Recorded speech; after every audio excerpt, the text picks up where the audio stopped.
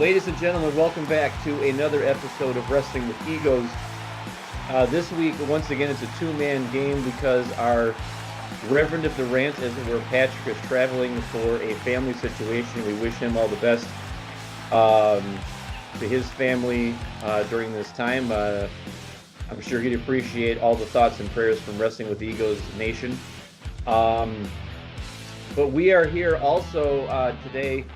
It's your boy, Brian, who can be reached at bcrigo15 on Twitter. And I'm here alongside the AEW assassin, as we dubbed him last week, at RJEman on Twitter. That's with two N's at the end, by the way. An interesting episode of Wrestling with Egos this week because we're going to start a long story arc, if you will, with determining something, and we'll get into that in a little bit. But first, we want to send our thoughts and prayers to the family of the great Harley Race, who we learned passed away earlier today at the age of 76 due to complications from lung cancer. He had been sick for the last several weeks, and he passed away today at the age of 76. RJ, I'll throw it over to you, and I will say hello to you and welcome. And I know for both of us, Harley Race was a bit before we got into professional wrestling and our consumption of it. But give the folks out there some thoughts about the kind of man and kind of champion that Harley Race was. Well, everything you see about him, he's one of the best people. He was always, I've seen tons of tweets today, obviously, coming through, and people just seem to, he was all very giving of his time and his knowledge. I actually have a friend who runs our local independent wrestling thing, and he got to book Harley a couple of months ago and got to sit down and have a conversation with him. And that he's so forthcoming with everything that he knows that he wants to pass it on, to everybody. And I didn't get to see him a whole lot. I know who Harley Race is. I've done tons, I'm a wrestling historian, so to say. I look up old stuff and I read about it. But yeah, I didn't see him a whole lot. A little bit when I was younger, not enough to really super remember. But everything you hear about him is that he's one of the best of all times. And Cody Rhodes, whose father held the NWA championship and who he himself won the NWA championship at All In last year, tweeted today that the 10 pounds of gold never looked better on anybody else than Harley Race, and that pretty much says it all, I think. Very nice sentiments, RJ. I'm the same. I feel the same way you do. I got into wrestling consumption in the mid 80s with WrestleMania 3, and by that point, Harley was at the tail end of his career. I know he was involved in the first few WrestleManias, and he had feuds with several people. I remember a feud he had with the Junkyard Dog. I remember a feud he had with, Hercules and a few other people. I may have made a mistake on that last one. But I remember him from all the documentaries that I've watched about guys like Dusty Rhodes and guys like Ric Flair. And the thing I remember most about Harley is he was one of the first people I can remember who never needed to shout or get all animated and whoa, because we have a lot of people in the game now and the game back then that did that to get attention. But Harley Race was the first thinking man's wrestler, if you will. He just sat there and he cut a promo. His voice never wavered, really. There was an intensity there, but it was all like right here. And he was the kind of guy that if you were across the ring from him, you were going to get a butt whooping for 30 minutes. And he was going to make you earn whatever you were going to gain out of that match. And, I can't think of a better tribute to him than, what you say about him is true. He's a man's man. He helped a lot of the big stars of the 70s and 80s cut their teeth in the ring. And, a WWE Hall of Famer, obviously. One of the was in his prime in the AWA up in Vern Gagne's territory in Minnesota. and just a great technician and a great like bruiser. Like he was one of those people I remember just being a bruiser in the ring. Yeah, what I've heard about him all the time. Yeah. So our best wishes to the family of Harley Race and to wrestling fans in general mourning the loss of the king, as he used to be called, Harley Race. Switching gears to that G1 action out in Japan going on right now. And by the way, you are watching Wrestling with Egos on Anchor Podcast and YouTube. Our repository is at bit.ly/with egos. You can find all of our content there and previous episodes. Would you say the worm has taken a turn these last couple of matches? Because I checked in this afternoon in preparation for our show and realized that we kind of have two guys separating themselves a little bit, Yes, we do. where it seems to me that they are on a collision course. Let's get your thoughts on that, RJ. What do you think we have in the offing as the G1 comes to a head here in the next couple of weeks? I mean, I agree with you, and don't see how anybody couldn't. It looks like Moxley and Okada are heading to a match with each other at the final. And I'm not disappointed about that. Right? Yeah, me neither. I don't. It's I'm looking down the pike and I'm looking at all the matches, and I looked over it yesterday. Like, let's just take a look at the schedule going forward and see what matches haven't happened yet and who has who left. And man, Okada could go undefeated, and that's crazy. Like, Okada could legitimately go undefeated until the final with Moxley, and I mean, half his block. Pardon me, half his block, 5 guys are already mathematically eliminated. True. So we only have half the block left. It doesn't look like anybody's going to challenge him. I mean, Ibushi possibly. I think Ibushi Okada is actually the last day. I think that's on the last day of A block. And I feel like that's probably the match that's going to, if Okada loses before then, I feel like that's probably the match that's going to decide the A block. It looks like Okada is absolutely running away. In the B block, Moxley had only 2 guys in the B block are mathematically eliminated: Shingo Takagi and Taichi, because they both, if Moxley were to lose all of his and they were to win all of theirs, they would tie with Moxley, and Moxley's already beat both guys, so they're eliminated.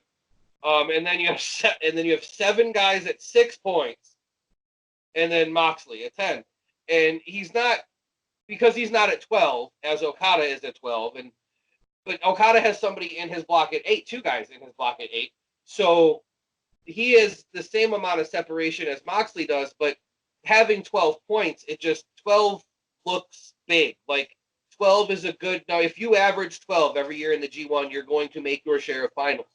12 is a big number, and Okada having 3 matches left and already being at 12, I have chalked him into the final. Like, I have written down A block, Kazuchika Okada is in the final. I'm not willing, because of what happened today, I'm not willing to go that far with Moxley yet.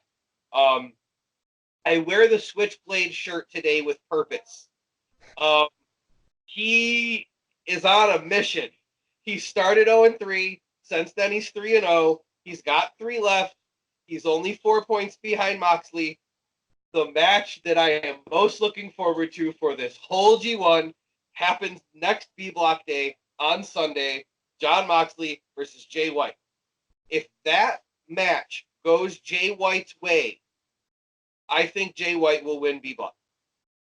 See, and I looked at it when I made my notes for G1 today. I didn't even consider Jay White just because of the points that he had. I thought, okay, there's all these guys at 6, but who's going to come onto that? I had Juice Robinson and Ishii as the guys that I thought, okay, there's an outside shot. Could they get in? Ishii, but maybe. Isn't this what you thought might happen last time we were together and talking about this? You thought somebody that had started off kind of might be positioned to make a run all the way through, and I can't remember if you said it was Switchblade or not. I did. It looked like, I think he was at 2 points at the time, and it just the way, or he might have actually still been at 0. No, he was at 2 because I remember I think it was in the pre-show prep I yelled at you for saying that Jay White was at 0 when he was at 2. So That's right, because I had a day old or a 2 day old. and it just seemed like the way he was talking and the way he was wrestling, it seemed like he was on a mission. And I really feel like if he wins over Moxley on Sunday, that'll put him at 8 and Moxley at 10, which kind of would seem like maybe they'll end tied and Jay White would hold the tiebreaker. In the same vein, kind of, New Japan seems to like to lead everything to the last day main event. Like, if, like, last year, Okada, they announced all the schedule, and Okada and Tanahashi were scheduled to face each other on the last day of A Block. So it was basically like, okay, so when we get to the end of this whole thing, it's going to be Okada and Tanahashi are going to be close, within 2 points of each other, or tied, and that match is going to determine the A Block. And it seems like they like to do that. And Moxley and Juice face each other on the last day. And that's been a big rivalry. Moxley had his first New Japan match against Juice for the United States Championship when he won it. And that could be the collision course, too. There's a lot more going on in B Block. I'm way more B Block's the block this year, I feel like. Because Okada is running away with the A Block so much, B Block's got a lot going on. I can't believe Yano's in, like, second or third. Like, that's crazy. Like, the B Block has been phenomenal. And I don't want to say it too loud because my wife hasn't match yet, but the way that Moxley lost this morning was freaking amazing. Like, I know it was a count out. I didn't actually see it yet, but it's Yano has a thing where he sometimes brings athletic tape to the ring. He beat Kenny in the G1 2 years ago because he athletic taped him to the guardrail and then got back in the ring. Okay. And Kenny got counted out. Yano has a thing where he likes to do that, so the referees generally like to pat him down and check for athletic tape in his ring gear. Moxley jumped on Yano immediately today, and they didn't really get an opportunity to do that. Turns out Yano did have athletic tape. He taped Moxley to Shota Umino, Shooter. Okay. The young lion that Moxley has had, his personal young lion that he's had come out with him, Shota Umino, and he's still taping, and the ref's at 16, 17, 18, and Yano stops and turns and gets in the ring, and Moxley's laying on the floor taped to Shota Umino. That was something else I didn't realize, and I guess it's the same as the WWE 10 count, but when I watched, I forget what match it was that I checked out, it might have been Okada Omega 2 out of 3 when you gave us that homework, and there was a 20 count, and I'm like, a 20, but the rate at which they were counting, if you divide by 2, it's the same thing as a 10 count here in America. It took me a while. They do the same thing in Ring of Honor and a lot of other places. Okay. Yeah. That threw me for a loop when I started watching New Japan too. They got to 10, and I was like, oh, man, count out. And then he said 11, and I was like, what? It goes up to 11. But yeah, I regardless of whether it's Jay White or Juice there at the end, it looks like it's probably Moxley. I feel like the guy that's at 6 that has the best shot, if you ask me, that has the best shot, if you ask me, is probably Switchblade. But I'm also probably a little biased. Switchblade's my favorite in New Japan. Okay. But just the way that things are lining up for him, I feel like if it's not going to be Moxley, I think it's Jay White. And then the winner of this, or the winner of the whole thing, gets a title shot where? Wrestle Kingdom, January 4th. Okay.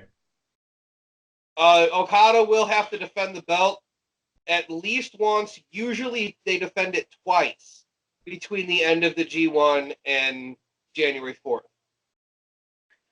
Because there's other shows that I'm really hoping happens. What do you want to see happen? Because that was actually my next thing is, as we spin this forward, who's winning it? if you had to call your shot right now, who's winning it, and what does this mean for how we continue through the rest of 2019? Well, if I had to call the shot right now, it's Kazuchika Okada. I say Okada becomes the first IWGP heavyweight champion in 19 years to win the G1, which would allow him to pick his opponent at Wrestle Kingdom. Obviously, he would have to defend the belt several times between now and then. I don't know if it works, whereas if he were to lose the belt, if he would then get the title shot at Wrestle Kingdom because he won the G1, I would assume that that's how it would work. But I haven't been, the last time the champion won was 19 years ago, and I don't know what happened. So I feel like Okada wins the G1, defends the belt a couple times between now and then. And there's a guy who just recently left New Japan who has publicly said that he is not 100% done with New Japan, that you will see him on a part-time Brock Lesnar-like basis, I guess, Undertaker-like basis, I guess, if I had to compare, that you will still see him in New Japan every once in a while. That man had 3 pretty highly rated matches with Kazuchika Okada in the past. He lost one. He won one of them, and one of them was a draw. Is that man over your shoulder? He is. I think that if Kazuchika Okada wins the G1, he says that he wants his rubber match of all rubber matches against Kenny Omega at Wrestle Kingdom, and that Kenny comes back for a one-off, maybe one-off, at Wrestle Kingdom to face Okada for the championship, and I go crazy. That would be bonkers. That would be bonkers. I'm done with New Japan, and I mean it's kind of lining up to where Okada's going to win. And I started a couple days ago trying to figure out, okay, if Okada wins this thing, what makes sense? And there isn't anybody on the New Japan roster I think makes obvious sense, unless somebody beats Okada. Like, say Ibushi on the last day doesn't have a chance to win the G1, but Okada has already locked it up, let's say. But the match with Ibushi, obviously, all the matches still happen. So he wrestles Ibushi. Ibushi beats him. Maybe Okada says, okay, well, you beat me, so you get the match at Wrestle Kingdom. Because the way that it always works is that if you beat a champion in the G1, you get a title shot. Okay. So at whatever belt they hold, if you want it. So I don't know. Maybe they give Ibushi that title shot leading at the end of 2019 before we get to January. But maybe Okada picks Ibushi, or if somebody else beats him. I don't know exactly who Okada has left, but maybe if somebody else beats him. Did he also Did he already wrestle Kenta? Yes, he beat Kenta. Okay. Because I noticed Kenta's lost 2 straight. So Saturday or Sunday. Yeah, okay. Kenta has lost 2 straight. So sad trombone for Brian.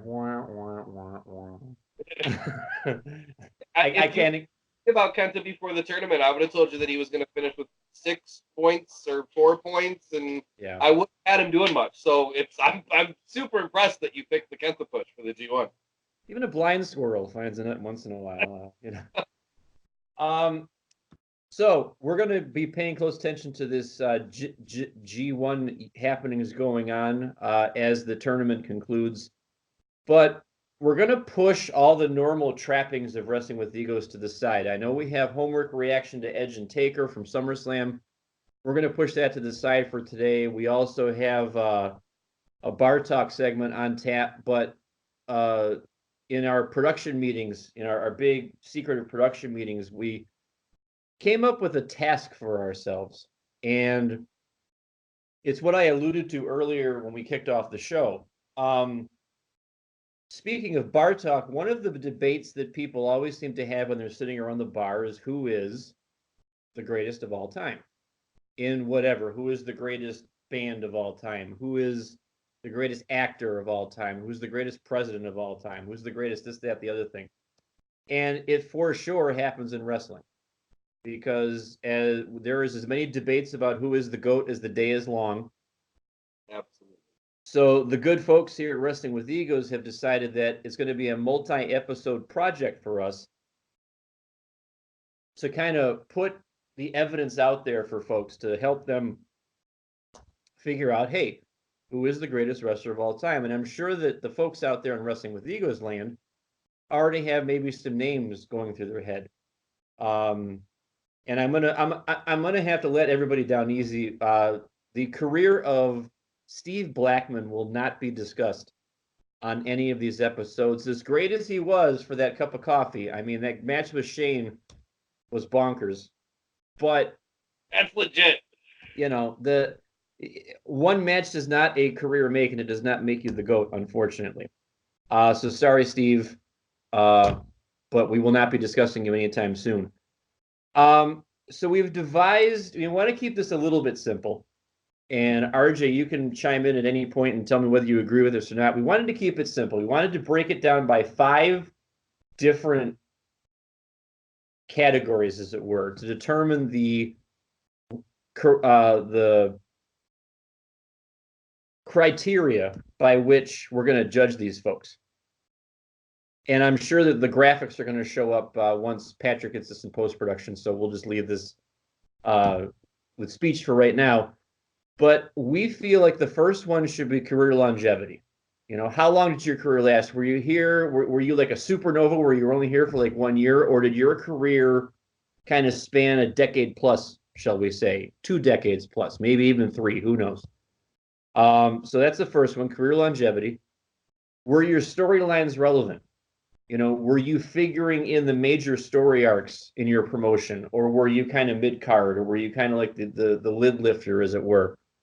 The third one would be, how good are you on the mic? You know, when you get the stick, can you go out there and talk the people into the building? Can you go out and cut a promo on somebody that makes people go, ooh? Or did you need to be kept, you know, to 30 seconds or less because you might mess it up, like I've been known to do on occasion? The fourth one is right over RJ's shoulder there. Did you win championships? Were you holding that 10 pounds of gold, as Harley Race and Ric Flair like to say so much? Did you figure in the championship picture? And then the last category we feel is your overall health. Were you able to avoid injury? Or are we sitting here saying about you, yeah, he was great, but he was hurt all the time? Because we've talked on this show a lot about your best ability is your availability. And if you're always getting hurt, you can't be figured into this greatest of all time discussion. So with those 5 characteristics, categories being put forth as our criteria, for the rest of tonight, we're going to examine one superstar in particular that we will submit for your approval out there in Wrestling with Egos land as the first submission for our greatest of all time.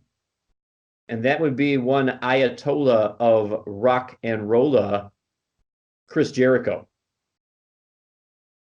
So RJ, I'm gonna give it over to you, and you can talk about any of those criteria you want as it pertains to Chris Jericho, and what qualifications you feel he has to be considered for this distinguished honor here on Wrestling with Egos.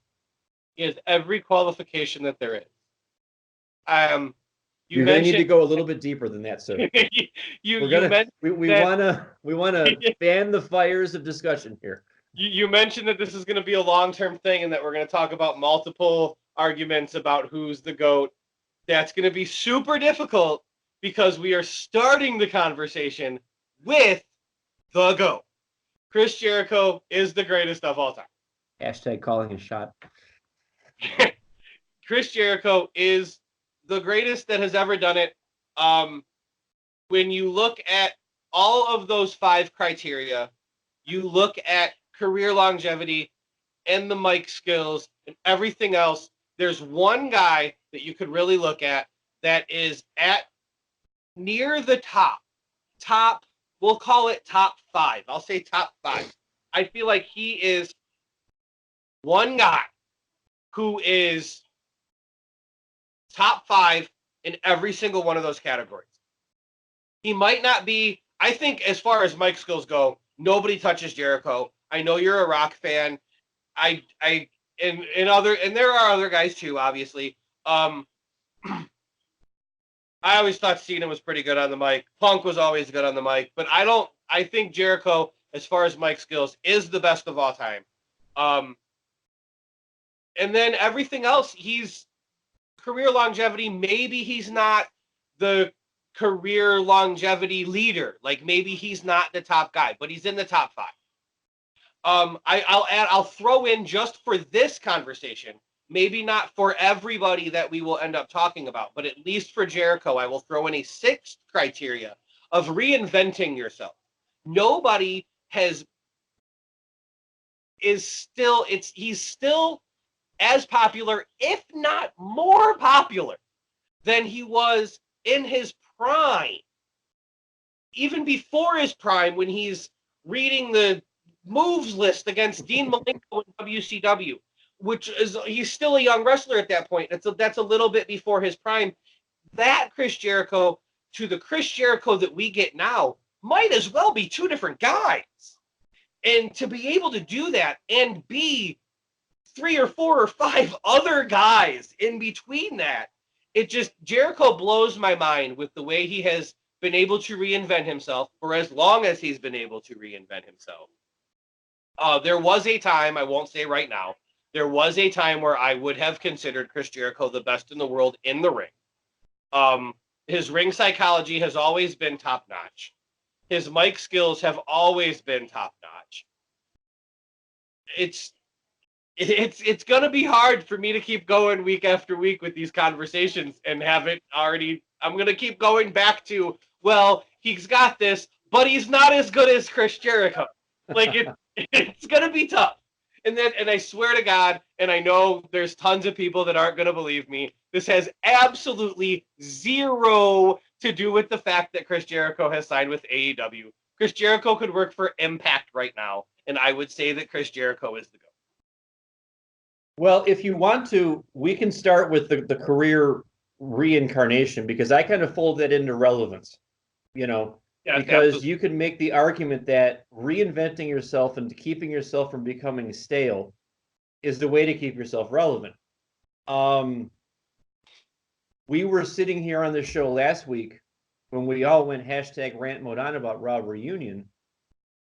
And one of the things that ticked me off, and I know it ticked you off and it ticked Patrick off, was 95% of those legends came out with the sole purpose of getting themselves over. They didn't offer us anything fresh, with the exception of Mick Foley. Giving up your finisher to another person is a way of reinventing yourself and keeping yourself relevant. I don't know if there's enough room on the screen to talk about all the different incarnations that Y2J has had, through all the different promotions, because, we know that he cut his teeth in Mexico and Japan and Germany when he was a young wrestler trying to break into the business. And that, kind of shaped him into this Lucha Lionheart, Corazon de Leon kind of person. So he had the Lucha background. Didn't wrestle in a mask. I don't think he wrestled in a mask at any point. I know he wrestled against guys in Mexico. Yeah, but the point was, and he was revered for that, because by the time he got to ECW, you had people chanting Lionheart at him, and he was winning that crowd over. And we all know how difficult the Philadelphia crowd, especially at that hotbed of wrestling in ECW, was difficult to get on your side as a babyface. And then, as you mentioned, he goes into WCW. Now he's the man of 1,004 holds because he's trying to one-up people, and it goes back to that notion of a good rival makes you even better. And I don't know how long the Malenko feud lasted, but it forced Chris to actually think about, okay, how can I one-up this guy? You say you're the man of 1,000 holds. I'm the man of 1,004 holds. And I got a list of them right here. Hold number 1, arm bar. Hold number 2, arm drag. Yeah. And on and on and on. And then they come back to pressure. Give me my holds. I mean, it's funny, it's incisive, and it makes it makes a lasting impression on the viewer. And if you've got all three of those in a nice little package, you can't help but get over. And you look at all the things that he got over, he's, and then he debuts, look at the way he debuted in WWE, for crying out loud. The countdown clock and the legendary, pardon? Probably my favorite debut ever. Right.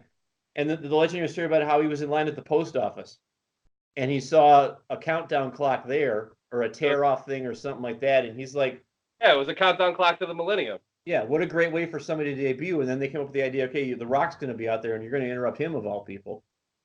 And this is something that people don't appreciate about him. Do you know what happened after that? Like right in the immediate short term after that? With his work rate and his character and everything? I don't think I know what you're referring to. He was languishing. Because he had that, he talks about this, he had that debut and then they had No Mercy in Cleveland. And he wasn't on the card. He was just sitting in the back on a folding chair with a cup of coffee and bemoaning the fact that, hey, back in the end of August, I just had this big debut and entered for The Rock, and now I'm not even wrestling. That could have been the end for him. Yeah. But full credit to him, they gave him the angle with China for the Intercontinental Championship going into the winter, and he spun that straw into gold. Absolutely. And then he kind of languished again, and then they gave him the angle with Stephanie in early 2000. Spun that straw into gold, and then it was kind of off to the races, because then you really started seeing, coming out of that Invasion mess, what an MVP you had. Because I remember being pissed with him because he was going toe to toe with The Rock now. It's not just interrupting The Rock. I'm going to go toe to toe with you. Right. And one of my favorite interactions of those two was that night on SmackDown where Jericho's throwing a hissy fit up on the ramp, and The Rock stops what he's doing and walks up the ramp and kind of circles around him and says, "The Rock is taking you very serious, Chris Jericho. Deadly serious, Chris Jericho." And you could feel the tension between the two of them, because they were like this. They were nose to nose pretty much. And it was kind of off to the races with that. So the career reincarnations that he's had, mind-blowing. And this kind of leads me into another thing I want to talk about with Jericho. He's pretty smart in the fact that when he feels himself getting stale, what does he do? Not just reinventing his character, but how does he do it? What does he go to? He goes to Vince and he says, what? I want to take a hiatus. Yeah, he goes away a lot. That's very true. Which we denigrate people for sometimes. Everybody's gotten on The Rock about, you went off to Hollywood and all this stuff. Jericho did it, but he was smart about how he did it. Yeah. Because I forget what book of his it was in, but it was the death of his mother. And it was one of the few times he was in a match with somebody and he wasn't working safe. He almost hurt somebody because he was just burnt out. And he went to Vince and he went to the guys and he said, I need some time because I feel like I forget who he was wrestling, but something went wrong in the ring. And he's like, I'm going to step away. And Vince told him, okay, take all the time you need. We'll be waiting for you when you come back. And so to have the stones, if you will, to be able to do that and say, I need my time to recharge myself, that feeds your creativity. And then you come back, as the Save Me Y2J, which I thought was brilliant too. Absolutely it was. And then to go from that to my favorite incarnation of him, where he would come out in the three-piece suit all the time. The best in the world at what I do. Yeah, and not, do you understand the words that are coming out of my mouth? Again, he was a lot like Harley Race at that point. Right, absolutely. I don't need to yell in your face. I don't need to slap five with the fans. It was very far from what he had been before that, when he had the Raw is Jericho and the Ayatollah of Rock and Rolla. Never, ever. He was so far from that when he puts on the three suit and is the best in the world at what I do. And it's just, it's it's sometimes mind-blowing to me that those are the same guy. It's all about mining all that part of your brain. Some people are scared to do that, Right. because, well, what if I don't get over? Well, you run the risk of not getting over right now because it's what I think undid Hogan until he went and found the heel side in WCW was, for so long it was say your prayers, eat your vitamins and do the training. And that message fell flat after a while, as we all know. And then another reason why you want to consider him, I mean, he's been involved in, like, if you rattle off all the people he's been involved in major feuds with. Oh God, yeah. In all these different promotions. I mean, you just said, like, he debuted in WWE interrupting The Rock. Like, at that time, it did not get bigger than that. Like, it did not get bigger than you going toe to toe with a microphone in your hand against Dwayne Johnson. It did not get bigger than that in the company at that time. I don't care. I don't care who had the championship. I don't care who was in the final segment. It didn't get bigger than going toe to toe with The Rock and the mic. No and pressure. for that, the first thing they do,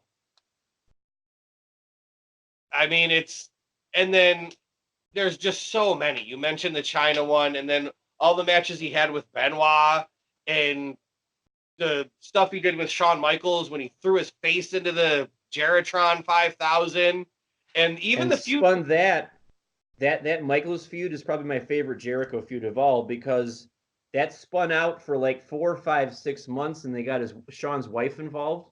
Right, absolutely. The SummerSlam that we had for homework this week with Edge and Taker, in the middle of that's where that's where Jericho punched Shawn's wife in the face. Right. Maybe he did, maybe he didn't. I don't know the backstory on that, but don't even. But they wound up, blowing the roof off that feud for 4 months. Absolutely.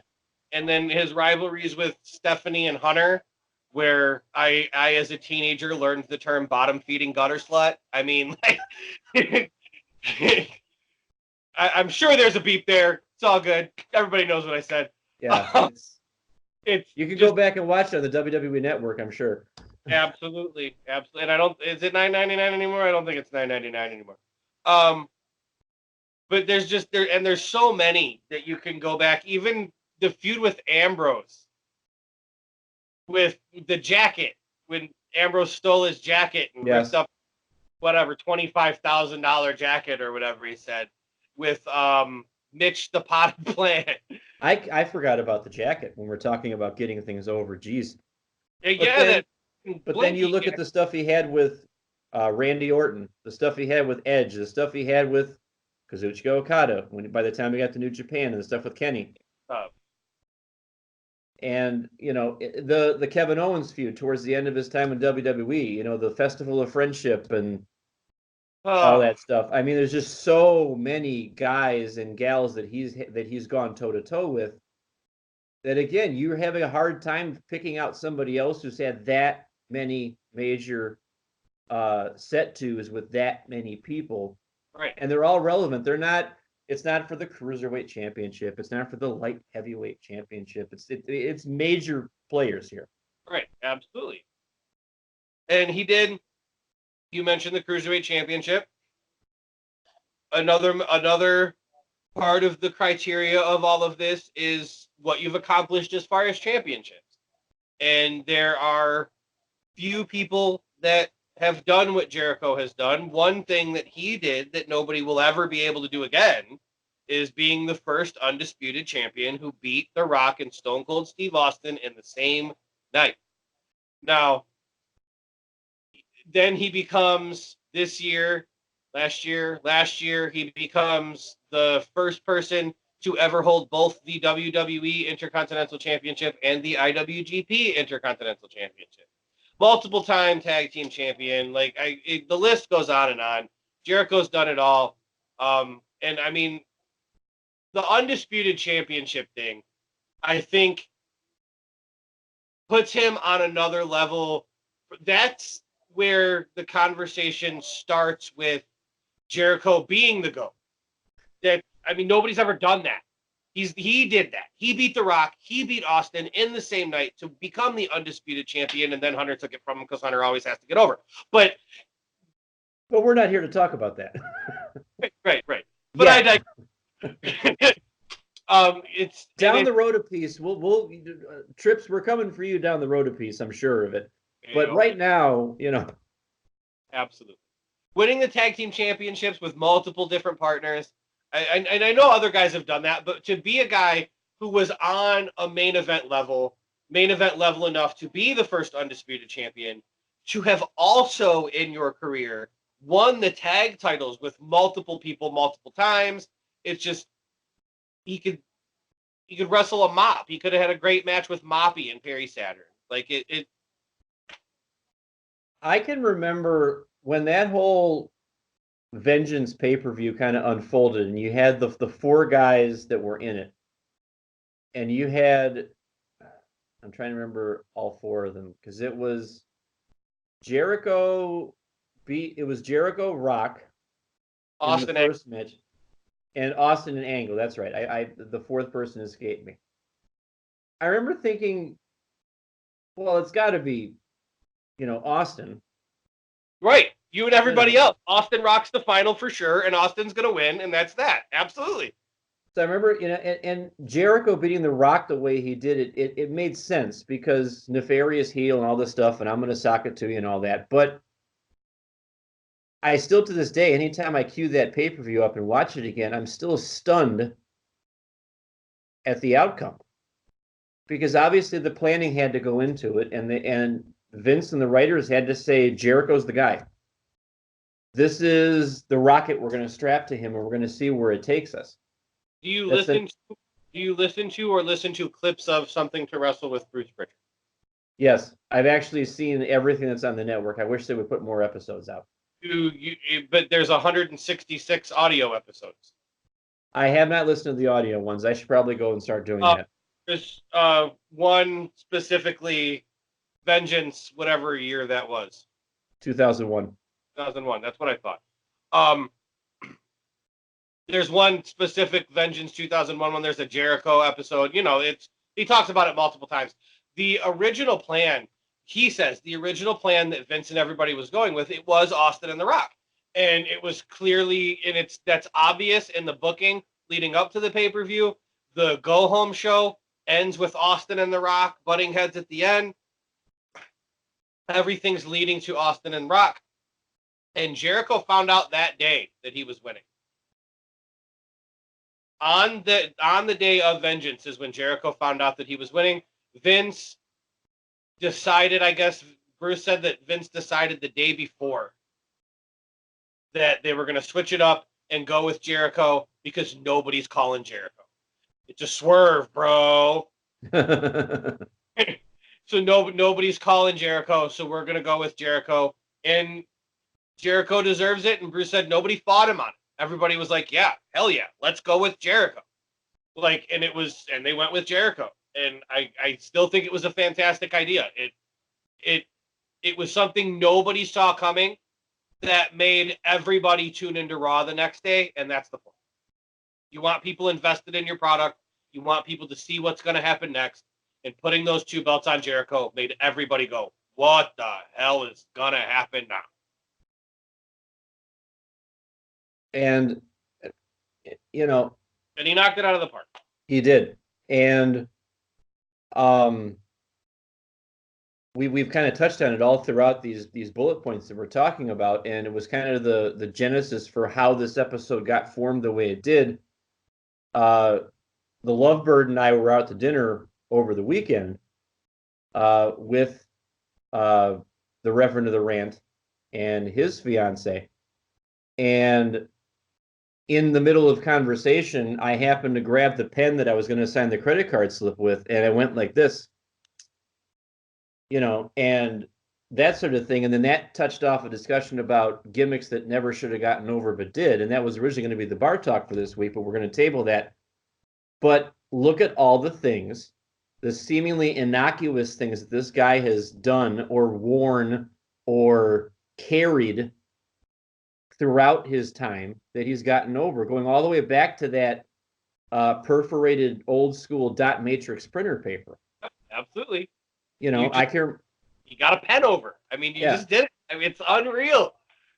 I still love finding that clip on YouTube, the list of Jericho highlights and how it started. You know, he had the broken down clipboard with the sweat stains in the back of it and the like gouges taken out of the back of it. It's a list of stupid idiots, and all of you are on it. And he just started writing it down, and that where that went to, you had a giant inflatable list at WrestleMania.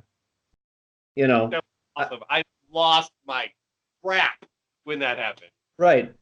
To the the light up jacket and the scarves, because he knew Vince hated it. You know, who's gonna wear a scarf? Yeah. He's like, I'll show you who's gonna wear a scarf. This guy, you know. Yep.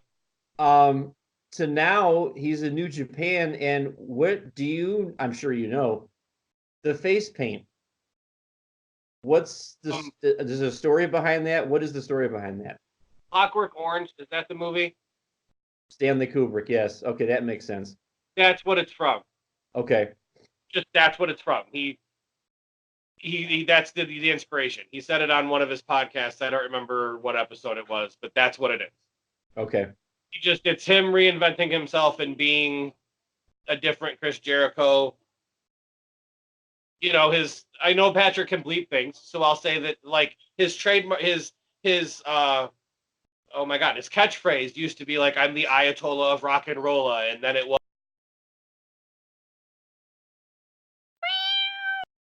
So that's kind of just the evolution with the face paint. And then, he still has the scarf every once in a while with the spiked jacket now and the hat. And yeah, it's Clockwork Orange. That's what it's from. Okay. So you just look at, the litany of all of those things. And I'm starting to think that you might be right, that we're going to have a hard time topping all of this stuff and the lengths to which you've gone to talk about, Jericho as the best, or the greatest of all time. And we've said it before, the fact that he's wrestled for multiple promotions. I mean, any major promotion you can think of, he's been a major player in it, going all the way back to ECW. Yep. And doing what he's doing now, the time he's been in New Japan. And it was just announced yesterday or the day before that the debut episode of AEW on TNT, there's going to be a Jericho match on it. Yep. He's going to have mystery partners. Okay. To him, it's the Elite, the original Elite, Kenny and the Bucks, against Jericho and two mystery partners. Edge and Christian. Just kidding. Just kidding. Amazing. Watching the homework made me almost in tears because I miss Edge so freaking much. Right. There's talk about unfulfilled. I mean, he deserved to go out better than that, unfortunately. But it was really well done, I thought. If you had to pick his best feud in terms of storyline, in terms of length, in terms of all of that, who would you say Jericho's best feud has been with? I mean, I might say the one with Shawn. It's hard to top that one with Shawn because it got so personal, and you felt it. There was so much tension there. There was so much personal animosity there. There was just so much emotion. It's I don't know that any feud that there have been feuds that have been super entertaining, like everything he did with Stephanie and Hunter and the stuff he did with Ambrose, but it's kind of comedic. A lot of it's there's an underlying comedy there. There was none of that with Shawn. It was just they hated each other. They just hated each other so much, and there was just so much raw emotion there. And then when Shawn's wife got involved, it got turned up to 11, and it's hard to top that one. And don't forget too, that feud had its beginnings all the way back to WrestleMania 19 in Seattle. Do that. Because they had the match. I just wanted, you're my idol, and I want to, and you had them shaking hands at the end, and then the low blow after the match was over. That kind of planted the seed for it. And then they went back and revisited it, and I'm trying to remember how it went down. Where one pay-per-view they had that unsanctioned match, where Shawn won, I don't but remember. then later on in the night he wound up in the title picture somehow. I can't remember if he snuck his way into a Money in the Bank or no, snuck his way into Elimination Chamber. Elimination Chamber. I don't know if he Yeah. attacked. Was he the one that attacked Kofi? I can't remember. Somebody attacked Kofi Kingston. Legacy attacked Kofi, and Shawn took the spot, right? Or Jericho took the spot. Somebody yeah, did. Somehow Kofi was supposed to be in it. He got taken out. And so all of a sudden Jericho overpowered the refs and got into the chamber at the end. And, and then the promo he cut the next night was sniveling. And it was classic. It was, yesterday, you see the welts all over my body. I had a match with Shawn Michaels, and he took his pound of flesh. But at the end of the day, hey, it was a non-sanctioned match. So in the eyes of the WWE, it never even happened. So really, what did Shawn gain from that? I, however, gained this or something to that effect. And it's just like, oh, I hate you so much. You idiot. Yeah, right. He's easy to hate, which is part of being amazing at what you do, part of being the best in the world at what you do, being really easy to hate. And I would be remiss if I did not mention the Festival of Friendship Kevin Owens rivalry, because I was so into the Chris and Kevin show. Because I'm a huge fan of Jericho, huge fan of KO. I thought that the whole them being together was absolutely unbelievable. And the way they kept teasing that they were going to turn on each other. But then they didn't. And then it would go weeks or a month or month and a half where there's nothing.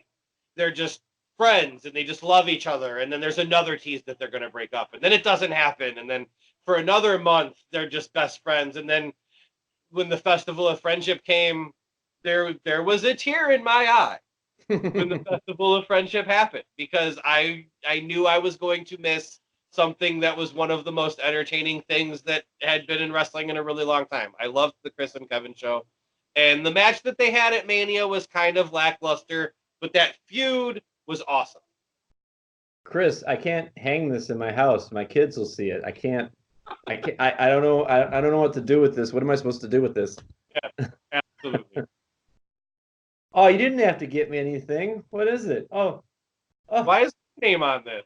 A new list. Wait a minute. So the way Jericho pulled that off. Like, I don't know, just the way that I don't know that a lot of guys, there's not a lot of guys capable of the level of timing, acting, and timing that Jericho has. And the fact that they played the long game. I mean, you mentioned how it would go months and months and months and months before. I mean, they did that up for, I think, half a year. Yeah, almost. Maybe even a little bit longer, if I recall correctly. And they were very, very entertaining. And you just kept waiting for it to happen. And that was back when WWE did long-term stuff. And even you look at what he's doing now in New Japan, he's basically going in there, and the times I've seen him wrestle over there, he's just being the renegade. Absolutely. He's like, I know how you people do things over here, and I do not care. Yep. I'm going to push around referees, and I'm going to swear, and I'm going to insult you, and I'm going to just do things the way you're not used to things being done. Absolutely. And that it sets him apart. It gets more eyes on him. It gets him noticed. The way that he debuted in New Japan when Kenny had a match, and Kenny and the Bucks were in the ring, and everybody was celebrating, and he had done his talking on the mic, that the addressing the crowd that they do after the main event, and then the lights went out and a video came on, and it was Chris Jericho with a picture of Kenny Omega, and he just ripped the picture of Kenny Omega in half. They don't do that in New Japan. Like, they don't do the lights out, the video comes on thing. Like, they don't do that. And then when he wrestled Naito, leading up to he showed up at oh my gosh, I'm got a complete brain fart. New Year's Dash, the night after he wrestled Kenny at Wrestle Kingdom and beat the crap out of Naito. Everybody thought it was a one-off, wrestling Kenny at Wrestle Kingdom. Shows up the next night, beats up Naito, doesn't show up for weeks, months after that. The next time we see Jericho, he's dressed as a fan in a whole bunch of Los Ingobernables stuff and jumps the guardrail and beats the crap out of Naito. Another thing they don't do in New Japan. Like, there's so many. He shows up at the press conference. Him and Kenny fought at the press conference. Him and Naito fought at a press conference. That's just not things that you see done in Japan. I love that you brought that up because that's such a great point that I hadn't even. He's bringing. In the interest of equal time. I mean, I'm just trying to hammer home the point that anywhere he goes, he's putting the brain work in. He's not just, okay, I'm going to go out and wrestle and earn a paycheck. He's going to say, no, I want to make an impact with these people. And you look at all the psychology he's pulled off, over across the Pacific. It's crazy. We haven't even mentioned he's a rock star. That too. I mean, and he's right. He's a very accomplished, rock musician. I know he's dabbled in acting. I know he's been on a show here and a show there. And it's smart because, he gave himself an out if his career had stopped when it did and he went off and did the Fozzy thing. He was smart there too because, okay, now I've got gainful income. Yep. I can just tour Europe and tour Canada and tour the United States and wherever I'm big because he's got a devoted following over in like Germany and England and France and all of those countries. So it's just another way of illustrating his acumen that he's not putting all his eggs in the wrestling basket. He also does the cruises. Yeah, wrestling on the boat. I mean, who would have thought that, you sing on a boat. Somebody said they were Matt Jackson actually just recently retweeted something, an advertisement for the Jericho Cruise, and somebody asked the question, are you guys going to stream this on Bleacher Report Live? Are you going to stream any of it on Fight TV? Like, is there any way we're going to be able to see it live? Because last time we were able to see a lot of it on Honor Club because a lot of it was Ring of Honor. There was a Ring of Honor tournament, the Sea of Honor tournament, and a lot of the guys were Ring of Honor. But now it's basically an AEW cruise. And they asked Matt, are we going to be able to see any of this? Are you going to stream it on Bleacher Report Live or Fight TV? And Matt Jackson's answer was, we're going to do something better than that. I think they are going to go live from the boat some Wednesday night, whenever the cruise is, live on TNT, episode of AEW on the cruise. That's my prediction. I think it would be awesome. Who would have thought? Remember back when WWF did the Wrestle Vessel? No. They did cruises. They did it like 2 or 3 times. I feel like it was more than twice. This is the first. I'm not saying that you're wrong. This is the first I'm hearing of it. Wow. I'll have to look it up. You got to look it up. The Wrestle Vessel, man. The Big Show had just signed the first time they did one. Big Show had just signed, and I guess all the guys were really gung-ho on going, but then it turned into this whole thing where it was actually a Disney cruise. Oh, boy. And they had to book the WWE to also be on the Disney cruise, and then WWE advertised it as like the Wrestle Vessel is what they called it, and it was part of the Disney cruise. And I guess from what they said that none of the wrestlers had any fun because they all brought their families, and during the times where they were meet and greeting and doing matches and stuff, the wrestling fans were there and were awesome, and then the times that they weren't doing that, the wrestling fans would leave them alone, but everybody else on the boat that didn't really know shit about wrestling was bothering them the entire time. And I guess nobody on, and it was horrible. And the second time they did it, nobody wanted to go, and nobody has any good stories of anything that happened on the Wrestle Vessel. But they did. WWF did a cruise more than once. Huh. No kidding. And that's kind of the germ of this idea, I suppose.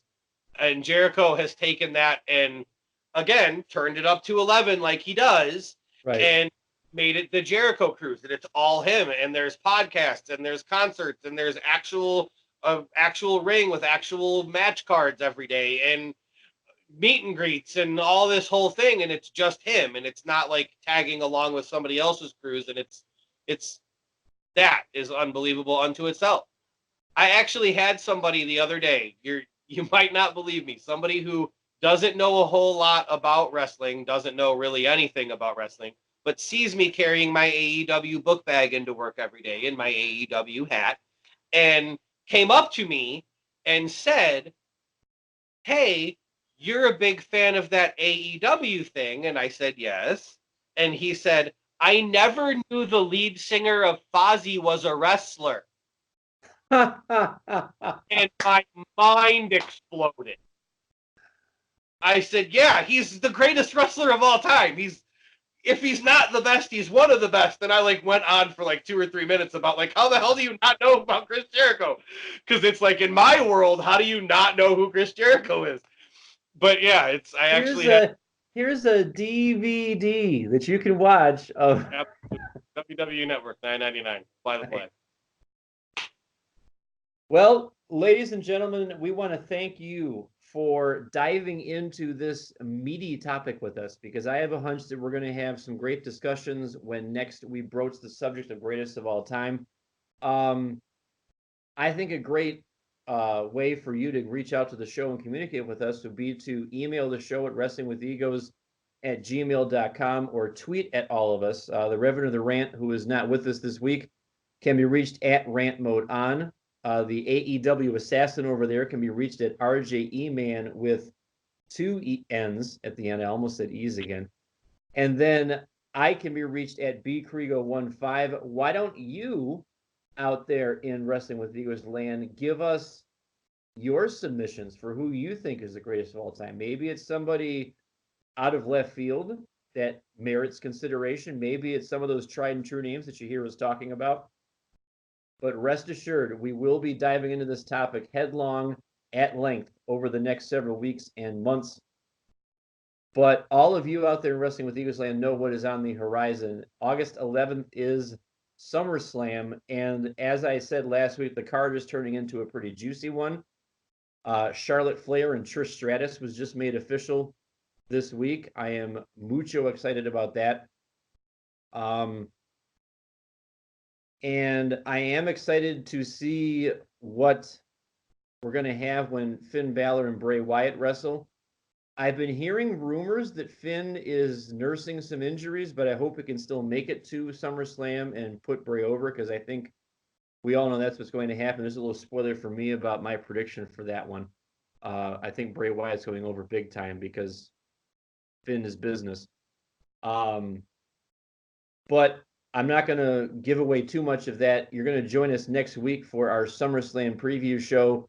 Not sure what night that will happen, but we will make it a point to make it on a night when you have plenty of time to consume it far, far in advance of the actual SummerSlam card. We also have NXT TakeOver Toronto happening Saturday. Yeah. I think. Yeah, I think it's Saturday. With that bananas triple threat for the North American championship between Pete Dunne, Velveteen Dream, and Roderick Strong. Yeah, I think I that's right. I almost messed that up. I was letting you get there. And then you got the 2 out of 3 falls match between Gargano and Adam Cole, Bay, where Commissioner William Regal is going to announce the third stipulation if it gets that far. And let's be honest, it's going to get that far because it's Gargano and Cole. Come on. So and it's 2 out of 3 falls. And it's 2 out of 3 falls, which we like in moderation when it's the right people involved and it's not on an episode of SmackDown. So for my bro RJ and for our always ready and willing and able Reverend of the Rant Patrick, this is Brian. We want to thank you for watching Wrestling with Egos, however you're consuming us, on Anchor or on YouTube or on Intergalactic Radio. We want to say thank you. Have a great wrestling week. And until we meet again, hey, that's our story, and we're sticking to it.